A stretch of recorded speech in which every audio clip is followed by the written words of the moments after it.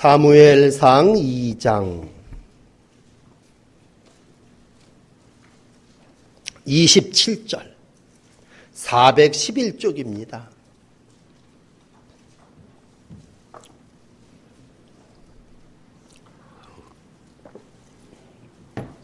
(30절까지) 읽어드리겠습니다. 하나님의 사람이 엘리에게 와서 그에게 이르되 여호와의 말씀에 너희 조상의 집이 애굽에서 바로의 집에 속하였을 때에 내가 그들에게 나타나지 아니하였느냐. 이스라엘 모든 지파 중에서 내가 그를 택하여 내 제사장으로 삼아 그가 내 제단에 올라 분향하며 내 앞에서 에봇을 입게 하지 아니하였느냐. 이스라엘 자손이 드리는 모든 화제를 내가 내 조상의 집에 주지 아니하였느냐. 너희는 어찌하여 내가 내 처소에서 명령한 내 제물과 예물을 밟으며 내 아들들을 나보다 더 중히 여겨 내 백성 이스라엘이 드리는 가장 좋은 것으로 너희들을 살찌게 하느냐. 그러므로 이스라엘의 하나님 나 여호와가 말하노라. 내가 전에 내 집과 내 조상의 집이 내 앞에서 영원히 행하리라고 하였으나 이제 나 여호와가 말하노니 결단코 그렇게 하지 아니하리라. 나를 존중히 여기는 자를 내가 존중히 여기고 나를 멸시하는 자를 내가 경멸하리라. 아멘. 사사시대 룻기 사무엘상으로 이어지는 그러한 말씀을 나누고 있습니다. 하나님이 인간을 사랑하셨지만 인생들이 하나님의 사랑을 잊고 자기의 마음대로 소견대로 살던 혼돈의 시대 한 350년이 사사시대입니다. 사사시대를 잘 정리하는 사사기 21장 25절의 말씀은 이렇게 설명을 합니다. 사람이 각각 자기의 소견에 옳은 대로 행하였더라. 그러니까 모든 사람들이 하나님의 말씀대로 살지 않고 그냥 자기가 옳다고 생각하는 대로 살았다고 하는 그러한 말씀입니다. 그로 인하여 만난 대표적인 예가 큰 흉년이었습니다. 경제적인 어려움이었습니다. 그때 나타난 이는 룻과 같은 그러한 사람이었습니다. 어려움 가운데도 물질을 따라 내려가고 고향을 내려가지 아니하고 하나님의 말씀과 하나님의 신앙을 따라 다시 예루살렘으로 와서 보아스 기업 물을 자를 만나는 복을 누리게 됐죠. 지난 주일 설교였습니다. 그래서 룻은 여러 가지 어려움 가운데도 정말 사사시대의 한 송이의 꽃과 같이 기업 물을 자를 만나 하나님의 역사를 이어가는 모습을 우리 가운데 보여주고 있습니다. 오늘 아침 우리가 만나는 사람은 한나라고 하는 사람입니다. 사사 40년 엘리 제사장이 사사로 역할을 감당했을 때 많은 시대가 어둠이었고 혼돈이었습니다. 그러나 이러한 어둠 속에도 한 줄기 빛이 있었다면 각각 자기의 소견대로 살던 사람들이 그냥 제멋대로 자기 생각대로 살던 그러한 시대에도 하나님을 가까이 하고 하나님의 뜻을 구하는 여인이 있었으니 그이가 바로 한나입니다. 그러므로 여러분 아무리 흑암이요 혼돈이요 어려움이 있다 할지라도 하나님은 룻과 같은 여인 한나와 같은 여인을 세우셔서 하나님의 역사를 이어가시는 줄을 믿습니다. 이게 하나님의 계보 역사의 흐름을 보면요 많은 제사장들이 있었고 하나님의 기라성 같은 일꾼들이 있었지만 그들에 의해서 역사가 이루어지기보다 무명의 여인을 통해서 또 이름도 알려지지 않는 사람들을 통해서 하나님이 역사를 이루어 나간다면 이들의 가장 귀한 한 단어는 하나님을 존중히 여겼다는 것입니다.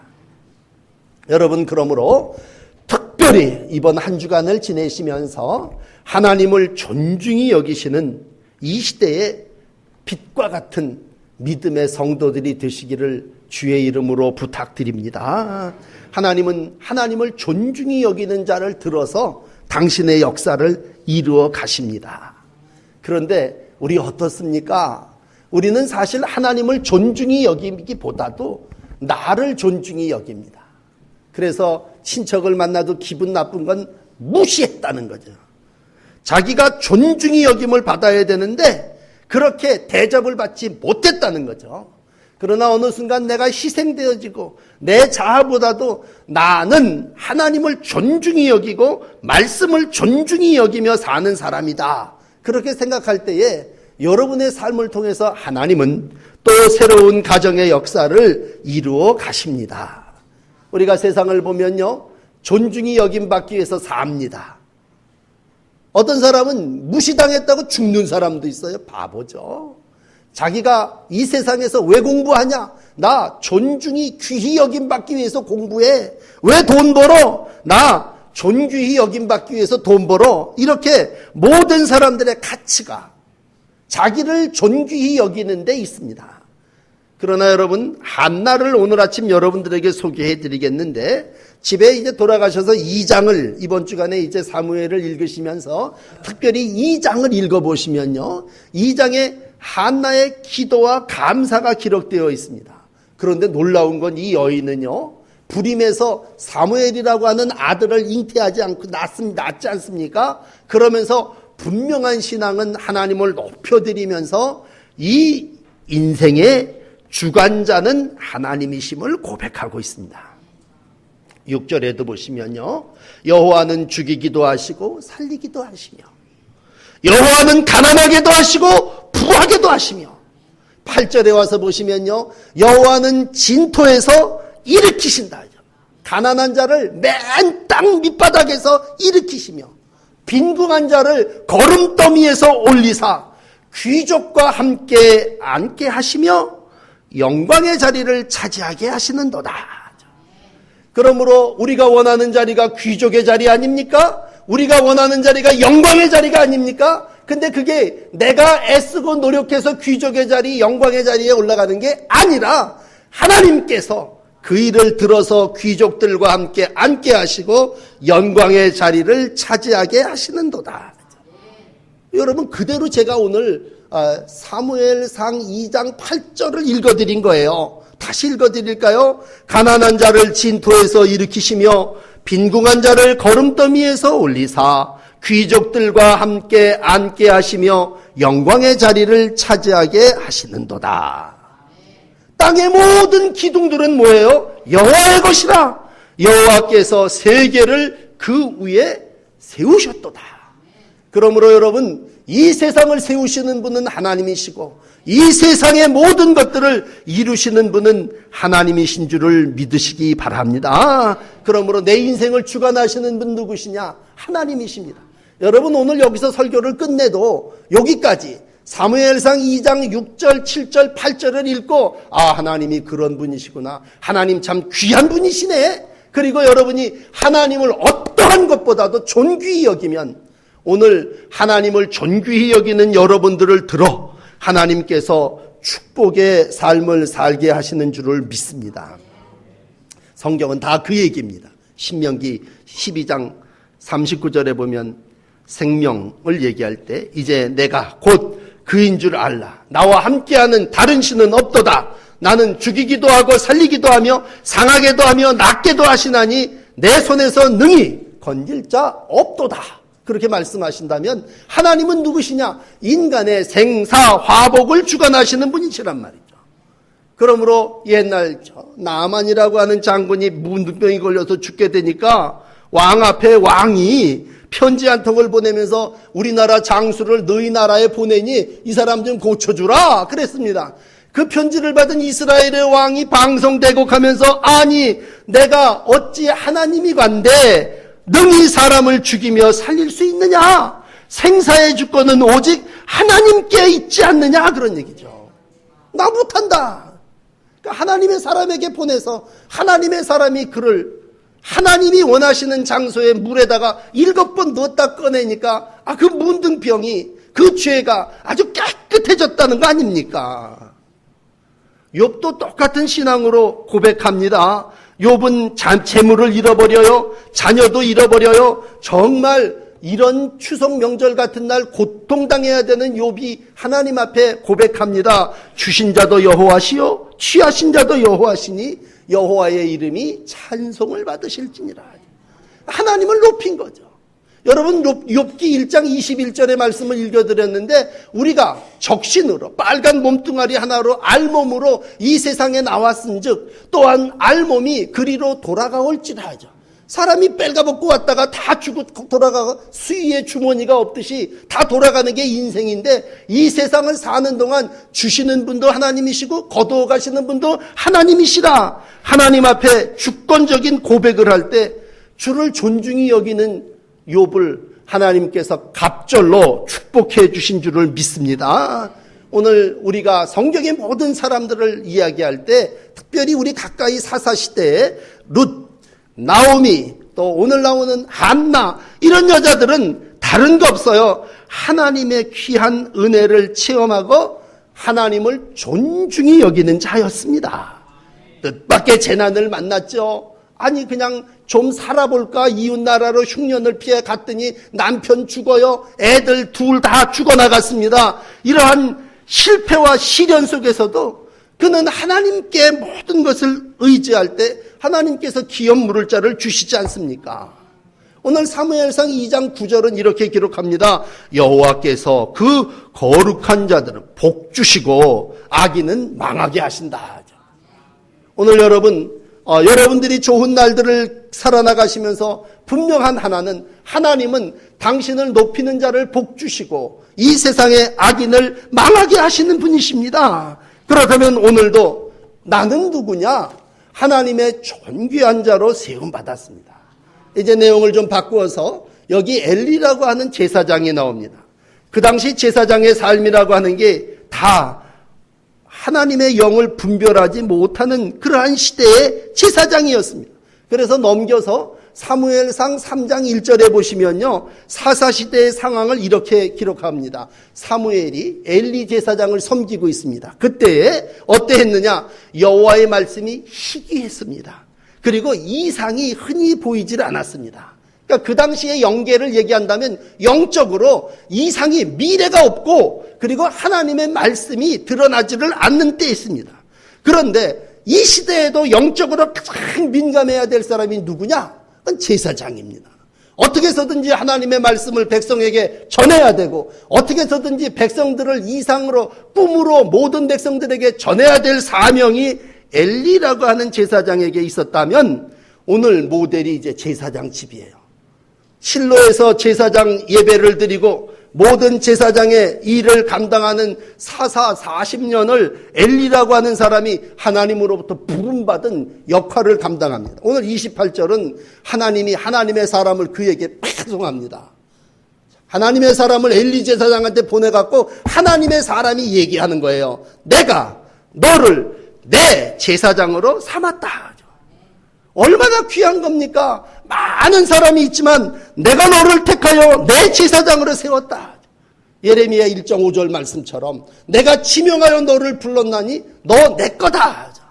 그 얘기는 오늘 우리 모든 성도들을 향하여 너는 오직 나만 섬기고 나를 높이기 위하여 내가 너를 기름 부어 제사장으로 세웠다는 얘기죠.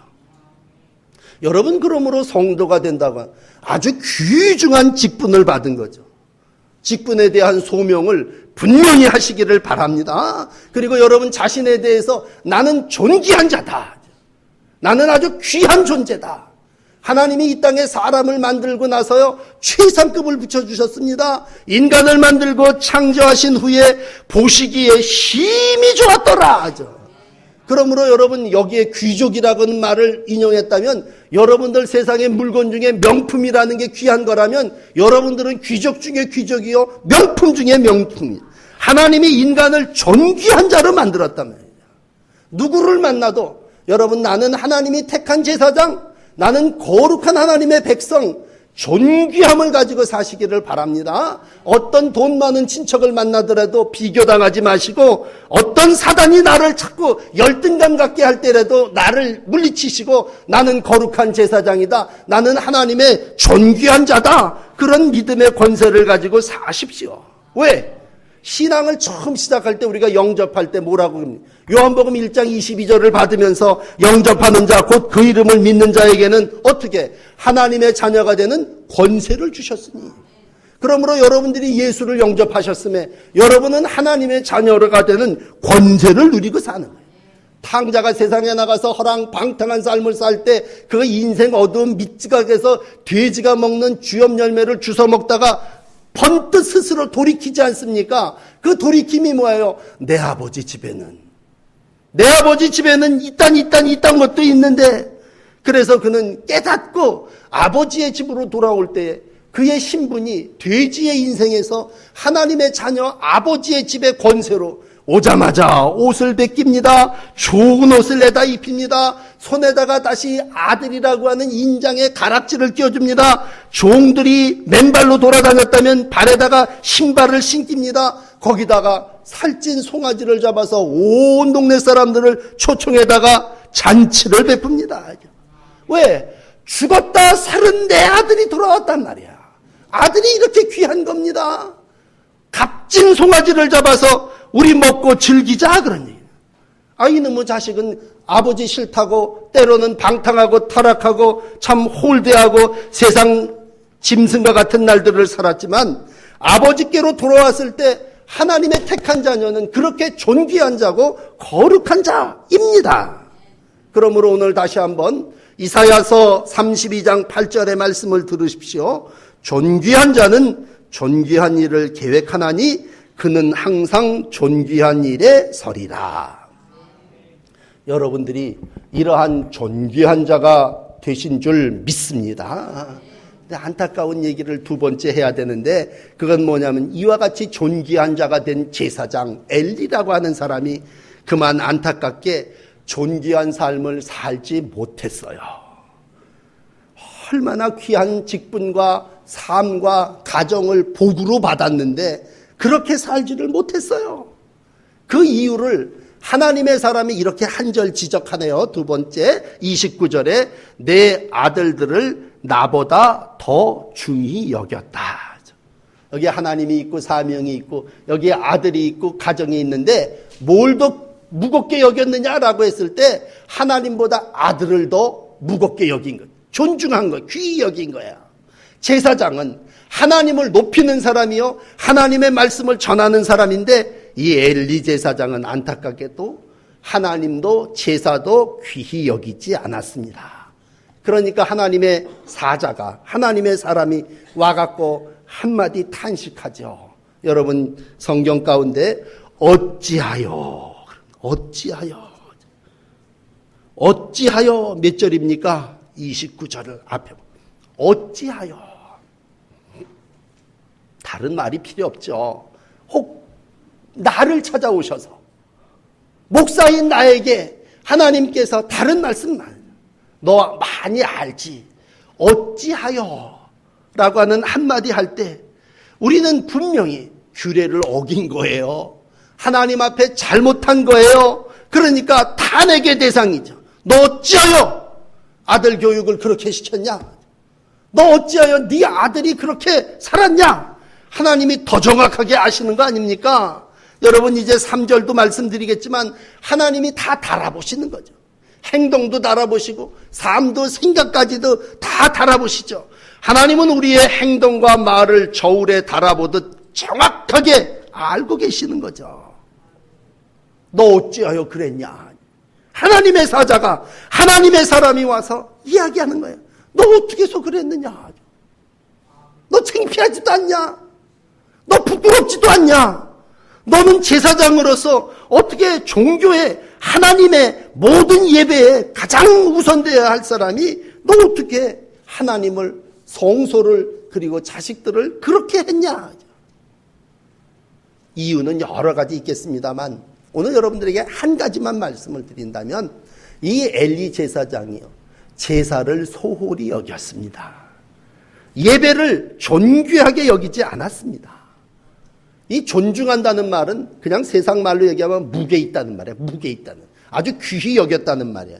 그런데 이사야서 58장 13절에 이렇게 얘기합니다. 만일 안식일에 내 발을 금하여 내 성일에 오락을 행하지 아니하고 안식일을 일컬어 즐거운 날이라. 여호와의 성일을 존귀한 날이라 하여 이를 존귀히 여기고 내 길로 행하지 아니하며 내 오락을 구하지 아니하며 사사로운 말을 하지 아니하면 하나님께서 복 주신다는 얘기죠. 간단합니다. 신앙은 하나님을 귀히 여기고 안식일을 귀히 여기면 하나님이 그 이의 삶을 책임져 준다는 거죠. 그러나 너희가 안식일에 그것도 사사로운 너를 위한 일에 모든 것을 행한다면 이라고 얘기한다면 오늘 안타까운 건 창피한 얘기입니다만 사무엘상 2장을 돌아가셔서 읽어보시면 그 앞에 쭉 이제 제사장의 아들의 행동이 기록되는데 대표적인 단어가 12절입니다. 엘리의 두 아들을 이야기할 때 그들은 불량자라 여호와를 알지 아니하였고 그렇게 기록하고 있습니다.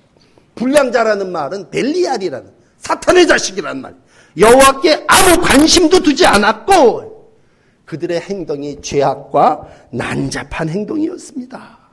제사법은요 레위기에도 기록되어 있고 신명기에도 더 설명이 되어 있지만 제단 위에 화목제물 기름으로 태우는 거고 제사장은 하나님께서 주시면 야 너 가슴팍하고 너 뒷다리 그거 먹어라. 그러면 제사장은 제물 위에도 구별되어 하나님께서 기름으로 태울 것 태우고 하나님이 남겨주시고 먹고 살면 되는 게 제사장이에요. 그런데 오늘 제사장의 아들들 어떻습니까? 제물을 갖다 놨는데 갈고리로다가 탁 쳐갖고 그냥 자기가 집히는 대로 집에 가져가서 그냥 막 탐욕 개걸스럽게 먹어대며 더 끔찍한 건 예배의 시중을 두는 여인들과 더불어 끔찍한 성적인 관계를 이루게 됩니다. 어둠의 자식들이 해야 될 짓들을 이 빛의 자녀들이 모범을 보여야 될 이들이 행하지 못한 안타까운 모습입니다. 물론 제사장으로서 엘리가 경고했죠. 야 그거 좋지 않다. 그러나 아비말을 듣습니까? 25절에 아비말을 듣지 아니했습니다. 세습적으로 다 세습해서 그도 제사장의 역할을 해야 되는 일임에도 불구하고 여호와를 경계하거나 경외하지 않습니다. 여러분 법대로 하자면요. 율법대로 하자면 이 자식 죽기까지 내줘야 됩니다. 신명기 21장 18절에 보면 이러한 자들은 죽는 자리에 내줘야 됩니다. 근데 아버지가 가볍게 경책했습니다. 인정에 이끌려서 방종했습니다. 그러니까 하나님의 사람이 딱 등장을 해가지고 오늘 그 어두움에 행하는 일들을 보고 어찌하여 내 아들을 나보다 더 중히 여겼느냐 그런 말씀. 여러분 좋은 날을 앞두고 이런 설교를 해서 미안합니다만 뭐 하나님의 말씀이 이렇게 우리에게 전해진다면 여러분 두 번째로 그대로 여러분들에게 말씀을 옮겨드리는 설교자로서 그대로 옮겨드릴게요. 어찌하여 내 아들을 나보다 더 중히 여겼느냐. 하나님께서 저에게 또 우리 모든 성도님들에게 주시는 말씀이에요. 너 어찌하여 네 아들을 나보다도 더 귀하게 존중히 여겼느냐. 아주 그냥 자식 일이라면 예배는 다 뒷전에 두고 나가서 그런 일들을 행했다면 오늘 다시 한번 내가 어떠한 예배로 하나님을 존귀히 여겼냐 돌아보시는 귀한 시간이 되시기를 바랍니다. 다시 3절을 읽어드립니다. 사무엘상 2장 3절 우리 유명한 얘기죠. 교만한 말을 다시 하지 말며 오만한 말을 너희 입에 내지 말지어다. 여호와는 지식의 하나님이시라 행동을 달아보시느니라. 하나님은 내 행동을 달아보는 거야. 뒷박으로 이렇게 돼서 부피를 자루다가 길이를 재든 무슨 저울로다가 무게를 달든 하나님이 볼 때 저거 근수가 안 나가고 저거 채 차지도 못하고 저 함량이 미달이다. 그러면 하나님이 내친다는 거죠. 특별히 뭐예요? 말을. 교만한 말을 다시 하지 말며 오만한 말을 너희 입에 내지 말아라. 사람이 존중히 여긴다는 얘기는 말 많은 사람 절대로 존중히 받지 못합니다. 여러분 말하라 이제 친척 만나시겠습니다만 말 많이 한 사람은요 말하고 나면 허전해요. 말 많이 하면 그 사람이 귀히 여길 것 같죠? 입이 싸다 그래요. 오늘 누가 귀히 여기느냐? 누가 존귀히 여김을 받느냐? 세상 얘기를 하고 싶지 않아요. 오직 하나님을 존귀히 여기는 자를 하나님은 존중히 여기십니다. 그러므로 오늘 여러분들에게 오늘 2장 30절의 말씀을 마지막으로 하나님의 말씀으로 드립니다. 나를 존중히 여기는 자를 내가 존중히 여기리라. 그렇습니다. 어디 가시든지 여러분 하나님을 존중히 여기면 하나님도 여러분들을 귀히 여겨주실 줄을 믿습니다. 여기 한나, 이 한나가 뭐 자식이 없습니다. 여자가 아무리 남편이 잘해주고 저 재산이 많으면 뭐 배운 게 많으면 뭐 소용이 있어요? 그 당시 자식이 없다는 얘기는 이꼬로 미래가 없다는 거예요. 자식이 없으면 미래가 없는 거예요. 그러니까 룻도 무자이니까 기업물을 짜인 보아스를 붙여서 자식을 낳고 다윗이 나오고 예수가 나와서 룻이 희망이 있는 거지. 여러분 자식이 없으면요 미래가 없는 거예요. 그런데 이 한나는 7번 하나님께 나와 예배합니다. 엘리 제사장이 평안히 가라 그랬을 때 그래도 제사장이라고 그 말에 순종하고 그 말을 존중하면서 얼굴을 피고 일부 예배 말씀드렸지만 아주 기쁨으로 음식을 대합니다. 하나님이 그 여인을 기억하시사 사무엘이라고 하는 아들을 주신 줄을 믿습니다. 사무엘을 드릴 때 이 여자가 약속했거든요. 아들을 주면 하나님 앞에 드리겠습니다. 여러분 어떤 때는요 그 말이 약속이 존중이 여겨져야 되지 않습니까? 근데 어떤 사람은요 약속을 얻었으니까 입 딱 씻는 사람도 있어요. 그런데 한나는요 하나님 앞에 약속했으니까 어린애를 갖다 그냥 바치고 옷이나 해다가 주는 거예요. 얼마나 가슴팍이 미어지겠습니까? 하나님이 그렇게 약속을 지키고 약속을 존중히 여기는 이에게 7 자녀를 더 축복으로 허락해 주셨습니다. 하나님은요 말씀을 존중히 여기고 약속을 존중히 여기고 예배를 존중히 여기는 자를 축복해 주십니다. 뒤집어서 하나님은 하나님을 존중히 여기지 않고 말씀을 존중히 여기지 않으면요 2 아들을 주셨을지라도 2 아들이 전쟁마당에 나가서 죽고 엘리 제사장은 비대에서 의자에 앉아있다가 뒤로 자빠져서 목이 부러져 죽습니다. 이게 뭐 우리에게 위협이 되는 그러한 말씀은 절대로 아니에요. 어디 가서든지 사람은 존귀 여김을 받아야죠. 그러나 사람에게 존귀 여김을 받는 것보다 하나님이 귀하게 여기는 게 영적으로 더 복되다는 말씀을 드리는 거예요. 그러니까 다니엘이라는 사람은요 포로로 붙잡혀가도 하나님이 귀하니까 너 이거 우상한 재물 이거 안 먹어. 그리고 채식을 먹는 거 아닙니까? 하나님의 성전을 향하여 문을 열고 날마다 3번씩 기도한 거 아닙니까? 그거 잘못하면 죽는 일이에요. 그러나 하나님을 존중히 여기는 자를 죽이십니까? 그를 높은 재상의 자리에 올리시고 통치할 수 있게 하시고 하나님께서 축복해 주셔서 바벨론의 총리 대신이 된 줄을 믿습니다. 여러분 내가 높아진다고 높아집니까? 하나님이 높여주셔야 존귀한 자가 되는 거죠. 오늘도 하나님께서 마지막 35절에 이렇게 마감을 하시네요. 나를 위하여 충실한 제사장을 일으켜 그 사람은 내 마음 내 뜻대로 행할 것이라. 내가 그를 위하여 견고한 집을 세우고 그가 나의 기름 부음 받은 자 앞에서 영구히 행하리라. 잘못하면 못하는 사람을 밀어내시고 하나님을 귀히 여기는 사람을 세워서 역사를 이루어 가실 때 그이가 룻이든 한나든 천한 사람이든 하나님은 그런 거 상관하지 아니하고 하나님의 역사를 이루어 가십니다. 여러분 어떤 때는요 오늘 이 말씀 중에 하나만 더 드린다면 자식이 우상이 될 수 있어요. 자식이 우상이. 엘리 제사장에게 있어서 자식이 우상일 수 왜? 하나님보다 자식을 더 중히 여겼단 말이에요.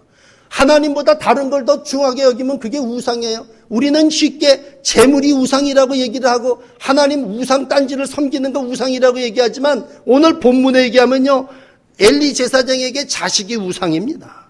그런데 십계명이 그렇게 얘기하죠. 너는 너를 위하여 새긴 우상을 만들지 말고 위로 하늘에 있는 것이나 아래로 땅에 있는 것이나 땅 아래 물속에 있는 것이나 아무 형상들을 만들지 말고 그것들에게 절하지 말며 섬기지 말아라 그랬을 때 그게 눈에 보이는 형상 우상이란 말이에요. 그런데 엘리에게 있어서는 자식이 우상이고 자식이 귀한 자였단 말이에요. 눈에 보이는 자식이 눈에 보이지 않는 하나님보다 더 앞섰단 말이에요. 믿음은 뭡니까? 눈에 보이지 않는 하나님을 귀히 여기는 게 믿음이죠. 여러분 그래서 아브라함을 높이는 게 뭐예요? 아브라함 100세의 아들을 하나님께서 주셨습니다. 그 아들을 하나님이 또 내놓으라고 그러니까 다 잘라내고 아브라함 그 아들을 하나님 앞에 제물로 드렸습니다. 뭡니까? 자식보다 하나님이 더 귀하다는 거죠. 그러니까 하나님이 그 아브라함을 축복하시고 그 아브라함의 자식에게 하늘의 별, 바다의 모래알과 같이 내 민족이 번성 후성하되 여호와 이레 하나님이 제비하시고 아름다운 제사를 드릴 수 있도록 준비하시고 역사해 주시지 않습니까? 하나님은 영입니다. 보이지 않아요. 그러나 오늘 예배를 부르며 여러분들에게 읽어드린 요한복음 4장 23절 24절의 말씀처럼 진리의 영입니다. 우리가 신령과 진리로 하나님을 예배해야죠. 보이지 않는 하나님이지만 내 전심을 들여 하나님을 예배할 때에 하나님은 그 예배를 받으시죠. 디모데전서 1장 17절 말씀입니다. 만왕의 왕 곧 썩지 아니하고 보이지 아니하고 홀로 하나이신 하나님께 존귀와 영광이 세세토록 있어지이다. 보이지는 않지만 여러분 하나님께 존귀와 영광을 돌릴 때 여러분 반드시 하나님의 복을 이 땅에서 누리며 존중히 여김을 받으며 사는 삶을 사시게 될 줄을 믿습니다. 단호히 눈에 보이는 우상을 물리치시고 오늘도 오직 보이지 않는 신이신 하나님을 존중히 여기며 하나님께서 주시는 하늘과 땅의 복을 누리며 살아나가시는 한 주간의 영적 생활이 되시기를 축복합니다. 기도하시겠습니다. 예배를 통해서 삶을 통해서 하나님을 존귀히 여기기를 원합니다. 많은 사람들이 있었지만 당연히 존중히 여겨야 될 제사장은 하나님을 존귀히 여기지 못했고 또 세상 가운데 태가 닫혀 절망과 낭망으로 살 수밖에 없는 한나 같은 여인은 하나님을 존중히 여기기 때문에 복받은 말씀들을 오늘 아침에는 나누었습니다. 하나님, 우리의 인생이 어떠한 시련, 환난, 어려움이 있든지 간에 하나님만 섬기게 하시고 살아계신 하나님께만 영광을 돌리며 하나님이 우리 가운데 존귀히 역사하심을 보며 살아나가는 귀한 날들을 살게 하여 주옵소서. 우리가 일가 친척을 만나고 또 제사를 드리는 일로 고민해야 되는 날들을 살아나가게 됩니다. 주님, 영적으로 우리가 누구를 존중히 여겨야 되는가를 분별하게 해주셔서 내 마음이 오직 하나님의 제사장으로서 이 땅에서 귀한 일을 행하게 하시고 하나님을 예배하는 이들에게 주시는 하늘과 땅의 복을 마음껏 누리며 살아나가는 성도의 한 주간이 되게 하여 주옵소서. 이 아침에도 여러 일들을 뒤로하고 하나님을 존귀히 여겨 주 앞에 예배하러 나와사오니 이 예배를 드림이 하나님께 존귀와 영광이 될 줄을 믿습니다. 내 마음대로 내 멋대로 살지 않게 하시고 말씀을 듣고 말씀대로 살게 하시고 여호와를 알고 하나님의 깨달음 가운데 살아나가는 우리의 날들이 되게 하여 주옵소서.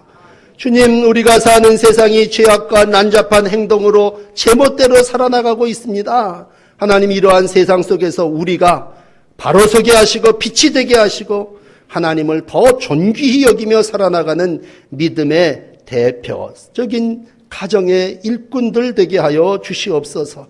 우리로 인하여 모든 식구들이, 모든 가족들이 믿음의 본을 보게 하여 주시고 하나님을 귀히 여기는 자에게 주시는 복의 모델로 우리를 사용하여 주시옵소서.